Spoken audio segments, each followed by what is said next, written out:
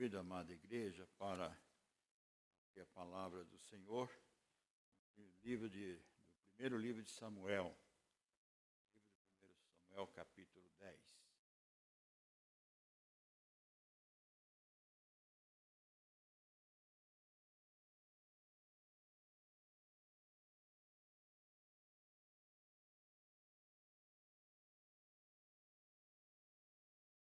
Livro do primeiro Samuel, capítulo 10, versículo 1 a 5 e depois capítulo 13 do primeiro livro de Samuel, versículo 13 e 14. Capítulo 10, 1 Samuel, vamos ler, diz a palavra do Senhor. 10 até o verso de número 8.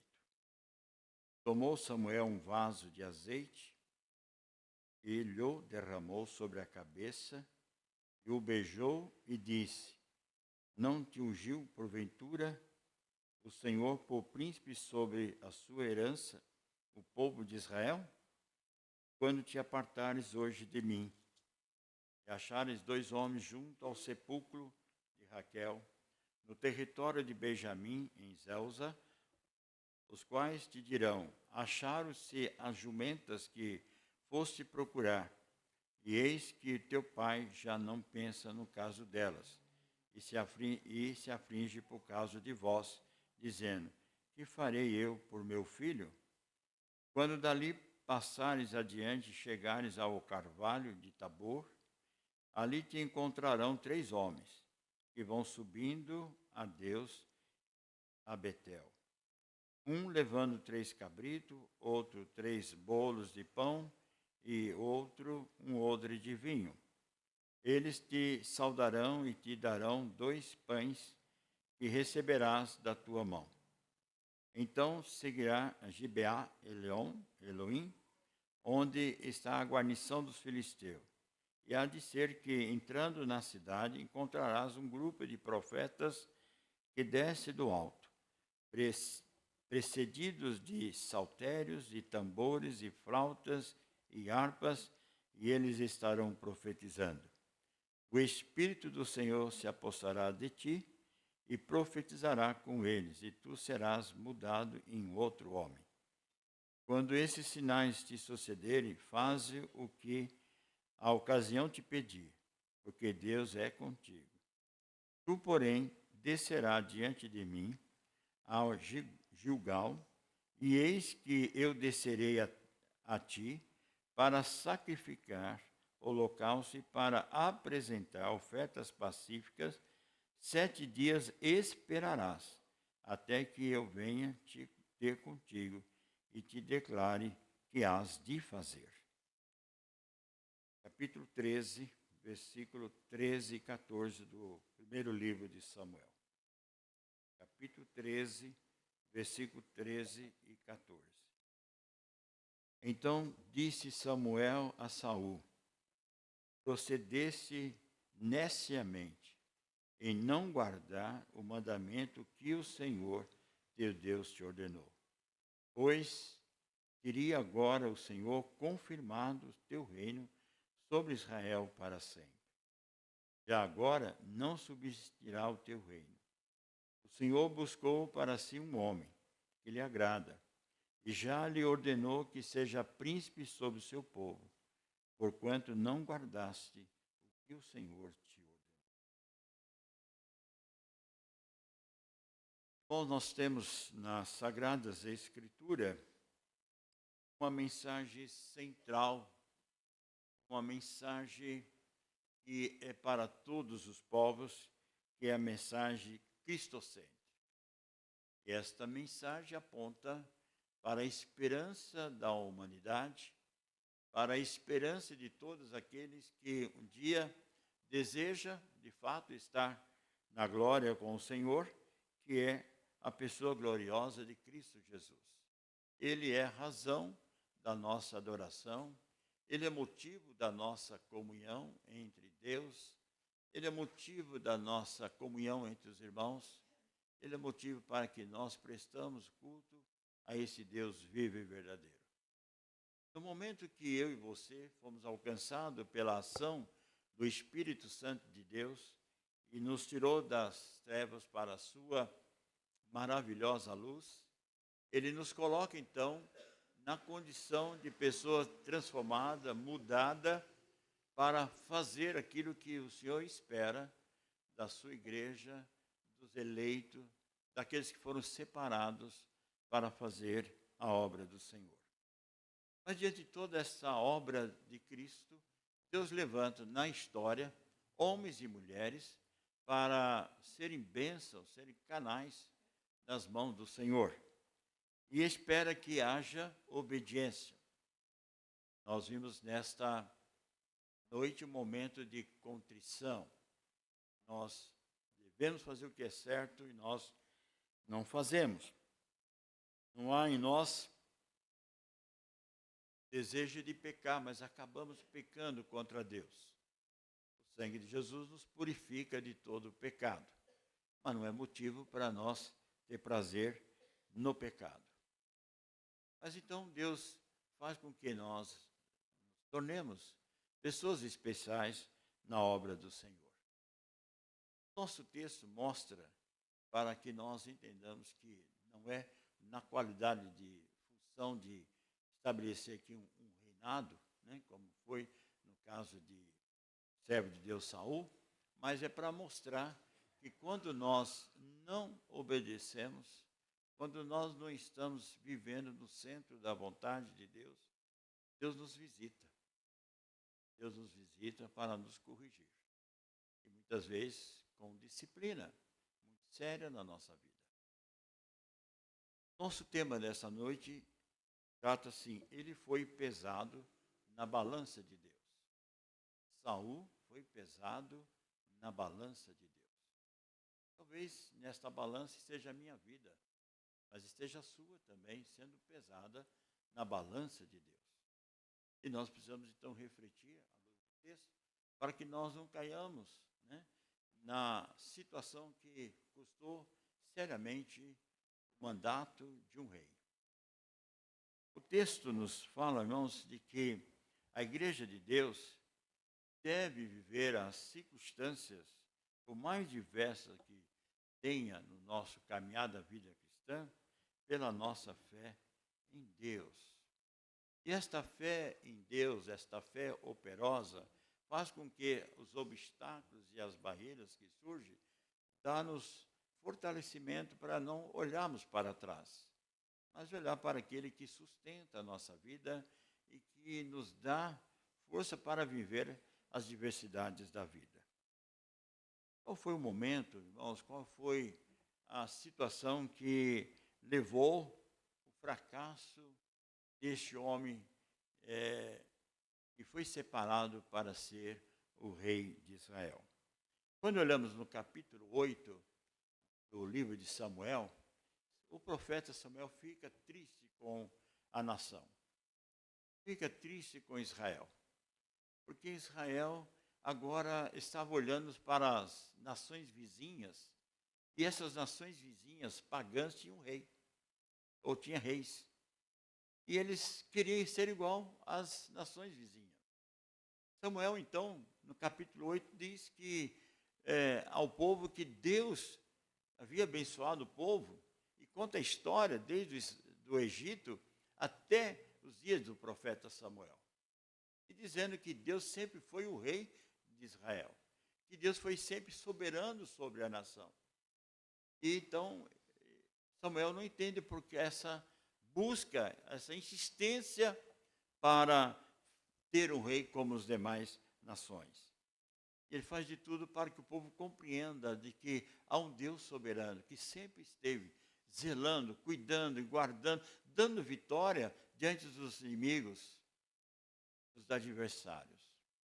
Mas Israel não quis ouvir o profeta. Nós queremos um rei. Diz o texto que esta palavra não agradou a Deus. Capítulo 8, verso 6 diz: porém esta palavra não agradou Samuel, quando disseram: dá-nos um rei, porque para que nos governe. Então Samuel orou ao Senhor. Orou, pediu a Deus que tenha misericórdia, que dê sabedoria, para que o povo entenda que há um Deus todo-poderoso. Mas a nação não quis saber, a nação queria um rei.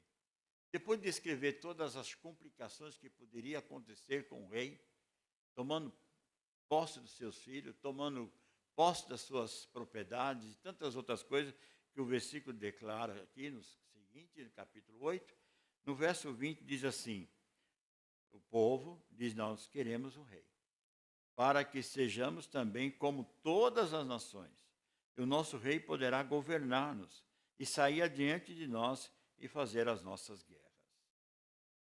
Então Deus diz, Samuel, não fique triste, que não foi a ti que eles rejeitaram a sua palavra, mas foi a mim. Eles rejeitaram, foi a mim. Diz Deus a Samuel, né? No verso 7, capítulo 8. Disse o Senhor a Samuel, atende a voz do povo em tudo quanto te diz, pois não te rejeitou a ti, mas a mim, para eu não reinar sobre eles. Então houve toda uma preparação para então escolher este homem que poderia vir fazer parte desse reinado de Israel. E o capítulo 9 descreve toda uma história de preparação, quando então, por fugir a jumenta de Quis, pai de Saul, Saul pede ao seu filho, Saul, mais um servo, que vá procurar a jumenta que era do seu pai, porque havia extraviado. Então sai Saul e sai esse companheiro caminhando. Diz o texto que passaram 3 dias nessa caminhada para poder ter sucesso de encontrar a jumenta. É nesse percurso que Deus também prepara o profeta Samuel para encontrar Saul numa dessa caminhada, numa região, para que ali tivesse um diálogo, uma conversa com esse jovem, aonde o texto revela que era forte, era trabalhador, era belo, como diz o texto, se destacava ali entre o povo de Israel, para ser então o rei de Israel. Samuel encontra com este homem, este jovem, e começa a ter um diálogo e conversando com ele, e diz o texto, no capítulo ainda 9, de que o que ele estava fazendo podia descansar, que Deus estava sob o controle de todas as coisas. E diz, aquilo que você está procurando, pode descansar que já foi encontrado, a jumenta dos seus pais. Mas eu tenho uma mensagem importante para você, uma mensagem de Deus, que chamou para eu te escolher para ser o rei de Israel. E ele diz assim, como posso eu ser escolhido? Que palavra é essa? Sou da tribo de Benjamim, a menor tribo de Israel. Nós somos pequenos diante de outras tribos. Como assim? Mas Deus, então, no capítulo 10, vem dizer, então, como Deus trabalhou para ungir o servo de Deus, os servos Saul. Mas aqui no capítulo 10 tem algumas lições que já havia falado Samuel para Saul, e volta a repetir aqui no capítulo 10. Há 3 coisas que dão sinais de que o profeta era o profeta de Deus e o que estava falando era verdade. Diz então o profeta a Samuel, olha, quando se apartares de mim, 3 coisas vão acontecer até chegar à sua casa. Primeiro, não acharás, ou melhor, diz, quanto te apartares hoje de mim, acharás 2 homens junto ao sepulcro de Raquel, no território de Benjamim, em Zelza, os quais te dirão, acharam-se as jumentas que foste procurar, e eis que teu pai já não pensa no caso delas. Se aflige por causa de vós, dizendo, que farei eu pelo meu filho? Então, vai Saul de volta para casa, e no caminho, próximo ao sepulcro de Raquel, ali então aparece aquele homem e diz: olha, você está procurando, né, a jumenta dos seus pais? Fique tranquilo, já foi achada e já está em posse do seu pai Quis. O profeta Samuel disse isso. Outra palavra que o profeta diz, né? Quando dali passar adiante, chegares ao carvalho de Tabor, ali encontrarão 3 coisas que vão subindo a Deus, a Betel, casa de Deus, e levando 3 cabritos, outros 3 bolos de pão, outros com odre de vinho. Eles te saudarão e te darão 2 pães que receberá de suas mãos. Outro sinal é de que eles estavam caminhando, já, quem sabe, com perspectiva de passar fome ou necessidade na estrada. Deus foi o provedor de preparar o seu almoço, né? O seu lanche gratuito para dar continuidade à sua viagem. O terceiro sinal é o sinal do versículo 5, quando ele chega em Gibeá Elohim, ele está diante de uma guarnição de filisteus. E nessa guarnição ele entra na cidade, o que é que o texto diz? Que haveria um grupo de irmãos, profetas, de cantores, com seus saltérios, tambores, flautas, louvando e profetizando. E o Espírito Santo, o Espírito de Deus, tomará posse da sua vida e mudará a sua vida dali por diante. Ou seja, quando uma pessoa é nascida de novo, ela é transformada, ela é mudada pela glória, pelo poder de Deus. Assim foi com a vida de Saul. Tanto que as pessoas se estranharam como Saul se manifestava, se agia de forma diferente depois desse encontro que teve naquela região de Gibeá Elohim. Esses 3 sinais aconteceram. Ele estava crendo agora cada vez mais de que ele foi separado, ele foi escolhido, conforme o versículo 1, ungido por Samuel, com o óleo, ungindo e recebendo o beijo do profeta para ser o capitão, em outras palavras, ser o rei de Israel. Mas tem uma palavra aqui, irmãos, que é séria agora, e muitas vezes nós fracassamos também na nossa vida, na nossa caminhada. É saber esperar o tempo de Deus. E às vezes nós não sabemos esperar o tempo de Deus, apesar dos sinais tão visíveis que Deus coloca para nós na palavra do Senhor. No versículo 8, no capítulo 10, diz: Tu, porém, descerá diante de mim em Gigal, e eis que eu descerei a ti, para sacrificar o holocausto e para apresentar oferta pacífica. 7 dias esperarás, até que eu venha ter contigo e te declare o que hás de fazer. Ou seja, volta para sua casa, aguarde esses 7 dias, depois vem até a mim, nós vamos nos encontrar de novo neste local, e aí então vamos apresentar aquilo que Deus tem de plano para o seu reinado. Mas saiba esperar, apesar da diversidade que estava ao redor. No capítulo 9 diz que havia ainda uma tentativa dos filisteus, ali dos amonitas, né, se levantar e os filisteus para guerrear contra Israel, mas que pudesse ter paz, esperar o tempo de Deus. E aí, irmãos, é isso que muitas vezes nós não sabemos fazer também nos dias de hoje.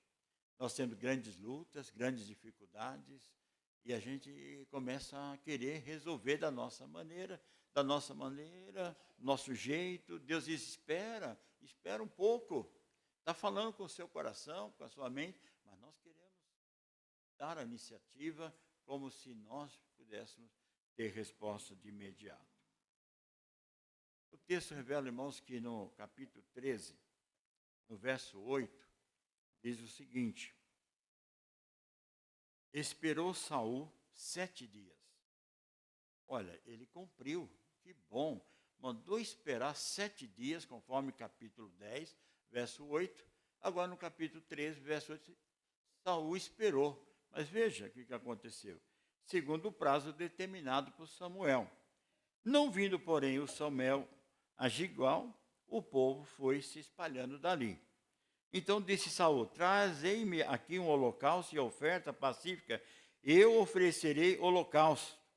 Mal acabara ele de oferecer holocausto, eis que chega Samuel.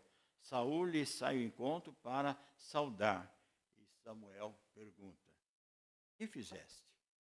Respondeu Saul: vendo que o povo ia se espalhando daqui, e eu que não e que tu não vinhas nos dias aprazados, e que os filisteus já se tinham ajuntado em Micmas, então eu disse comigo mesmo: agora descerão os filisteus contra mim em Gigal, e ainda não obtive benevolência do Senhor. Forçado pela circunstância, ofereci holocausto. Aí é o pecado de cada um de nós, irmãos, quando nós não sabemos esperar o tempo de Deus, daquilo que nós almejamos, daquilo que nós necessitamos. Nós queremos dar um jeitinho, nós queremos arrumar de uma forma ou outra, e a coisa fica complicada e fica difícil. Tanto no campo espiritual, tanto no campo material. Quantas vezes nós fracassamos profissionalmente, porque nós queremos fazer do nosso jeito, e a coisa não avança. Vai, porque nós queremos da nossa maneira. O salmista, no Salmo 127, depois de falar que o Senhor é o centro da família, ele diz: enquanto descansa, enquanto dorme, o Senhor trabalha por nós. Ele não deixa faltar nada, ele cuida dos detalhes da nossa vida. O rei Davi também, quando escreve o Salmo 37, diz: fui moço. Salmo 37, verso 25, diz: fui moço e agora sou velho, e eu não vi a minha descendência mendigar o pão. Ou seja, Deus sempre foi provedor de todas as coisas. Mas o que nós precisamos é saber esperar no Senhor. E quando nós não esperamos, nós muitas vezes sofremos na mão de Deus. Foi o que aconteceu com Saul. Saul, por não esperar o tempo de Deus, apesar de ser o sétimo dia, ele tinha que esperar vencer o sétimo dia. Não, ele logo pela manhã já ficou apavorado, já tomou o lugar que não era o lugar dele, de fazer o holocausto. Para a tribo de Levi, não ele. Ele tinha que aguardar a chegada do profeta. O profeta anteriormente tinha dado todos os sinais de que o Senhor era com ele. Era saber esperar. E não esperando, diz o texto, né? Verso 13. Procedeste neciamente, e não guardar o mandamento que o Senhor, teu Deus, te ordenou. Pois teria agora o Senhor confirmado o teu reinado sobre Israel para sempre. Ou seja, na morte de Saul, viria o seu filho Jonatas e assim por diante. Mas o texto diz: já agora não subsistirá o teu reino. O Senhor buscou para si um homem que lhe agrada, e já lhe ordenou que seja príncipe sobre o seu povo, porquanto não guardaste o que o Senhor te ordenou. Nós conhecemos depois como foi o reinado de Saul. Reinado difícil, reinado complicado. Embora tenha feito todo aquele começo de iniciar com o seu primeiro mandato, já ali fazendo algumas vitórias, mas ele desobedeceu a palavra do Senhor e não andou de conformidade. Então, por isso, Deus pesou na balança a vida de Saul. Irmãos, uma coisa tão somente que Deus espera de nós, como igreja do Senhor. Tempos difíceis estão vindo, estão chegando de uma forma violenta na nossa vida, nos nossos lares, como foi dito aqui para as nossas crianças, né, na oração, ensinamentos mais perturbadores que possam existir, mas nós temos que ter calma e saber confiar nesse Deus que controla todas as coisas. Outra coisa importante na nossa vida cristã é que nós muitas vezes ficamos olhando para o material e desesperadamente como que a resposta tivesse financeiramente, e tão só financeiramente. Pode ser que precisamos daquele recurso, mas espera naquele que é provedor de todas as coisas. Saber esperar em Deus. E quando a gente quer dar um jeitinho, não agrada a Deus. Deus não aprova. E nós sofremos por isso. A falta de fé, a falta de esperar o prazo dos 7 dias, precipitou Saul. E muitas vezes não sabemos esperar o último momento de Deus. Deus está deixando para o último momento, para agir, para mostrar para você e para mim que eu sou Deus. Eu cuido de cada detalhe, de cada ação soberana desse Deus Todo-Poderoso. Às vezes, irmãos, nós vemos pessoas na igreja que deixaram o primeiro amor, fracassaram a sua fé, deixaram de olhar para Cristo Jesus, porque o Deus desse século é que está ditando as normas. E cada vez que dita a norma, mais para o fundo do poço caminha as pessoas. Mais incrédula ela fica, mais descrente ela fica, porque ela está ouvindo a voz do tentador e não a voz do Salvador. É necessário, nos tempos difíceis, que nós enfrentamos, e não esquecemos. Deus reina sobre nós. Ele cuida da sua igreja. Ele cuida do seu povo. Nós sabemos que, mas pastor, há nações que os crentes estão morrendo por pregar a palavra. Louvado seja Deus por isso, porque está pregando a palavra de Deus com fidelidade. Ontem, durante o dia, nós recebemos um casal missionário que vão para o Paquistão. E eles, então, na reunião do sínodo, ele se apresentou o projeto deles e perguntaram para ele assim, o casal tem filhos? Eles disseram, olha, nós decidimos não ter filhos. Mas, por quê? Não, nós decidimos porque nossa missão é uma missão que talvez nós não voltemos com vida. Então nós não vamos ter filhos para não ter quem cuide. Eu sei que Deus cuida, Deus é provedor, mas como nós estamos com a missão de pregar o Evangelho, e a expectativa não é boa, mas o nosso coração está para falar de Jesus, então nós estamos prontos a servir ao Senhor, nós vamos então para essa região, prontos para morrer por Cristo Jesus. Mas eles podiam descansar no Senhor. Saber que Deus nunca deixa faltar aqueles que amam ao Senhor. Mas colocaram esse desafio e servir ao Senhor. Pronto para obedecer a sua palavra. Custe o que custar. Eu preciso morrer por Cristo Jesus. Nós recebemos há muitos anos atrás um missionário. Aqui que todos nós conhecemos, que cada 3 anos está aqui conosco. Hoje, Samuel, que era um adolescente, hoje é um jovem, acabou de casar neste mês que passou. A sua expectativa dos seus pais diziam que talvez não pudesse sobreviver. Passaram tantos anos, hoje constrói-se a sua família naquela região. Deus cuida, Deus dirige a vida. Esperam confiantemente no Senhor. É assim que diz o salmista, no Salmo de número 62, quando ele fala exatamente dessa confiança que nós devemos ter no Senhor. Diz o salmista Davi, nesse cântico, Salmo 62, verso 1. Somente em Deus, ó minha alma, espera silenciosamente. Dele vem a minha salvação. Só Ele é a minha rocha e a minha salvação. O meu alto refúgio, não serei abalado. Irmãos, na vida cristã, que nós saibamos, irmãos, de viver o Evangelho de Cristo, como discípulo de Cristo. Deus deu uma missão. Deu a Saul a missão de ser rei, mas não soube obedecer o ensinamento da palavra de Deus. Deus deu a nós, em Cristo Jesus, a missão de sermos discípulos de Jesus. Sermos discípulos dessa boa obra do Evangelho.